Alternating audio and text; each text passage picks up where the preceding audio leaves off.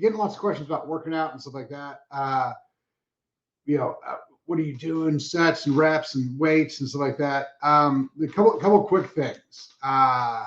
Sets and reps don't matter. Weight matters to a degree, but not a huge amount. The thing that I see that where people mess up the most is they get set in this idea that if they do 3 sets of 10, on whatever, and they do 3 or 4 exercises, then that's all they need to do. And yeah, okay. The thing about it is that when you really get down to brass tacks, it doesn't matter how many sets or how many reps or things like that you do. What matters is that when you're done working out that body part, it's exhausted. It can't do anymore. The best way to do that is through drop sets, where you'll do 50 pounds, you'll do it 10 times, and then on your 11th one, your form fails, so you drop them, you go to 40s. You do those 6 or 7 times, you can't until your form fails, you drop them, you go to like 25s or 30s. That type of a thing where you completely exhaust the musculature is really the way to go. That's more or less the way I do it. That's if I get to 20, if I get to 10 or 12 or 15, doesn't matter. If I'm like, I'm shooting for 10 on this set and I get to 10 and I can do 2 more, you do 2 more. The point is to completely exhaust the muscle. It's not to get to a number. It's not to, finish a set. It's to completely exhaust the muscle. The way that I do mine is, so for instance, the big one I do is on chest day so I'll take, relatively, it's not super heavy. I realize it's not light, but I'll take 85-pound dumbbells and I'll do 5 up, 5 down. So it takes 5 seconds to get up and 5 seconds to get down. Really slow, time under tension. I'll get around 7 of those. I'll do 3 sets of that. Then when I'm done with that, I'll take the same weight and I'll knock out 20 reps of the 85s. But I'll do them quick. I'll just be like dink, dink, dink, dink. And I'll just exhaust the muscle. And I'll do 5 or 6 sets. It just depends on when my muscles feel like, because it's more of that piece is my dumbbell press is more of a up here. And I'll usually do 5 or 6 sets. Then I'll go over and I'll do cable flies. And it's high to low on my cable flies. The big thing to remember when you're doing a workout, I don't care if it's chest or biceps or triceps or whatever, remember you're working a specific muscle, and the muscle does one thing. It contracts, it shortens, and then it approximates a joint. So, arm goes out, arm comes in, arm comes out, arm comes in. That's what the bicep does. So you can come up with all sorts of fancy ways of holding things and moving things, but that's what's going on. So if you isolate the form, and so you're just moving that one joint, and you're just focusing on contracting that musculature around that one joint as it's coming up, and you're going slow and controlled, and the whole movement's clean. That's the big thing. It's going to be form, it's going to be precision, and it's going to be, because you control the movement of the weight. Those are going to be the big things, and it's just exhaust it. Work it until it's done. So usually, like on arms, I'll start with 25s and get warmed up. I'll go to 35s. I'll do 4 sets there. Go back down to 30s, and then I'll do an exhaustion set with 25s. Then I'll go over and I'll just do triceps, and I do my triceps on cables, and I do them independently because I want to focus everything on that one arm. I do all my stuff independently. I don't do anything with bars. I don't do anything where I could. So for instance, when I do leg extensions and leg curls, I do those with a cable, one leg at a time. Because I want to focus everything that's going on that specific muscle and that specific muscle group. But again, form is 100% all that matters. Full range of motion. The more range of motion you can get, the better. You're going to feel it like on chest and stuff when you come down all the way. You should feel that really stretch and then come back up with it. When you arc your back, when you do all sorts of things, you're throwing energy into places that it doesn't belong. Yeah, you can get the weight up. Great job. If you're a power lifter and that's what you're trying to do, it's, again, totally different conversation. But the cleaner you lift, the more benefit you're going to have. And I'll record some of these. I keep promising to do that. I'll do it sooner or later. But that's kind of how it goes. It's how clean is your lift? How smooth is it? How, did you go slow? Did you exhaust the muscle?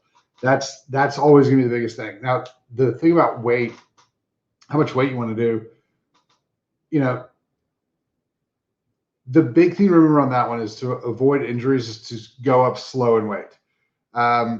The muscle will grow much, much faster and get much, much stronger, much, much quicker than the ligament and the tendon will. So the idea of, we should lift as heavy as we can. It's a great way to injure yourself.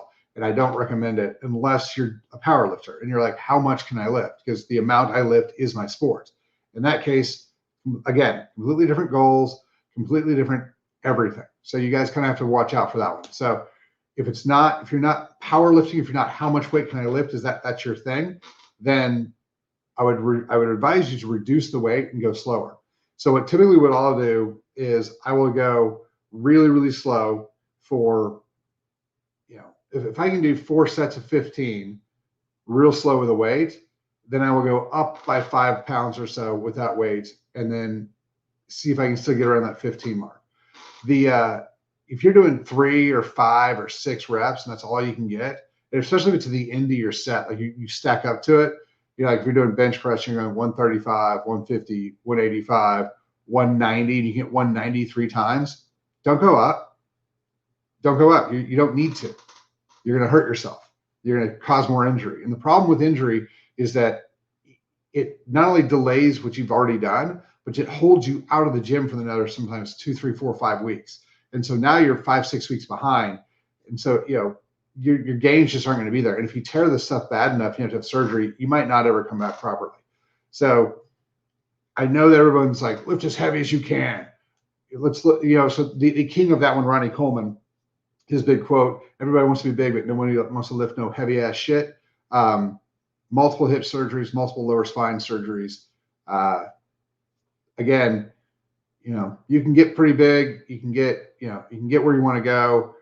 Again, if you're trying to be Mr. Olympia, this is a different conversation. But I'm using him as an example because there's a lot of you guys out there who are doing really heavy squats. Don't need to be. Form's not perfect. You're tearing up your back. You're tearing up your knees. Tearing everything up. So drop the weight a little bit.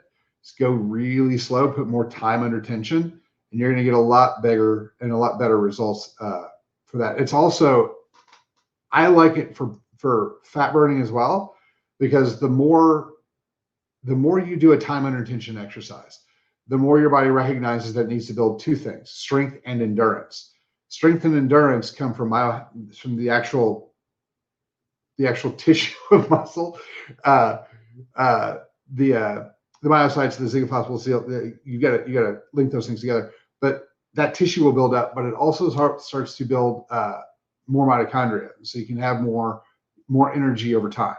So the more muscle density you have, the more mitochondria you have, regardless. But if we go time under tension and we ask that muscle to have endurance, it'll have to start building that type of endurance as well. Now that long term burns more ATP than normal. So again, that's the big thing. And I'll start recording some of these, but the number one thing you guys have to maintain is form. Like, I don't care what your weights, I don't care about your sets or reps. Form is critical. If you don't have form, stop doing everything you're doing until you acquire the perfect form, and then work on your form each time. People always ask, like, you do the same workout all the time, doesn't it get boring? No, I'm focusing on my form. I'm focusing on being perfect on my form each time. So that's how it doesn't get boring. I'm not just like, oh, whatever. Was that rep perfect? If it wasn't, how do you fix it for the next rep you're going to do so it is perfect? Hand placement, elbow placement, everything's got to move perfectly. That's going to help you stay away from injury. And then, then you just resist that range of motion. As you start to fail in your form, drop down in weight. A lot of guys, some women, but a lot of guys get too hung up on the amount of weight they're using. That ego piece is a really quick way to ruin your gains. It really, really is. Now you got to lift to a point where you're challenging the muscle and it's uncomfortable and it's hard and you're exhausted when you're done. But stay in that 10 to 15 rep range, or do a little bit more and just go slower. If you realize, oh, I'm having a strong day today, go slower. Instead of doing 4 seconds, do 5 or 6. See, push yourself in the how slow can I go doing this exercise idea. And that's kind of how I've been doing it. I've been having people do it for a while, and it's been giving great gains for a lot of the people.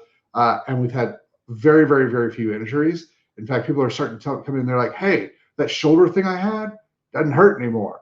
Hey, that low back thing is getting a lot better." Yeah, you've had this issue for years because you've been lifting wrong, or you've been lifting wrong for your body. So slow down, really, really concentrate on form, and don't let a number stop you. If you're supposed to get to 10, you get to 9, great. Drop your weight and do some more. If you're supposed to get to 10, you get to 13, great. Slow down. That's kind of the rate that we do it. So if you guys have any other questions, hit us up, questions@chalmerswellness.com. And I guess I'll see you guys about 2:30 today.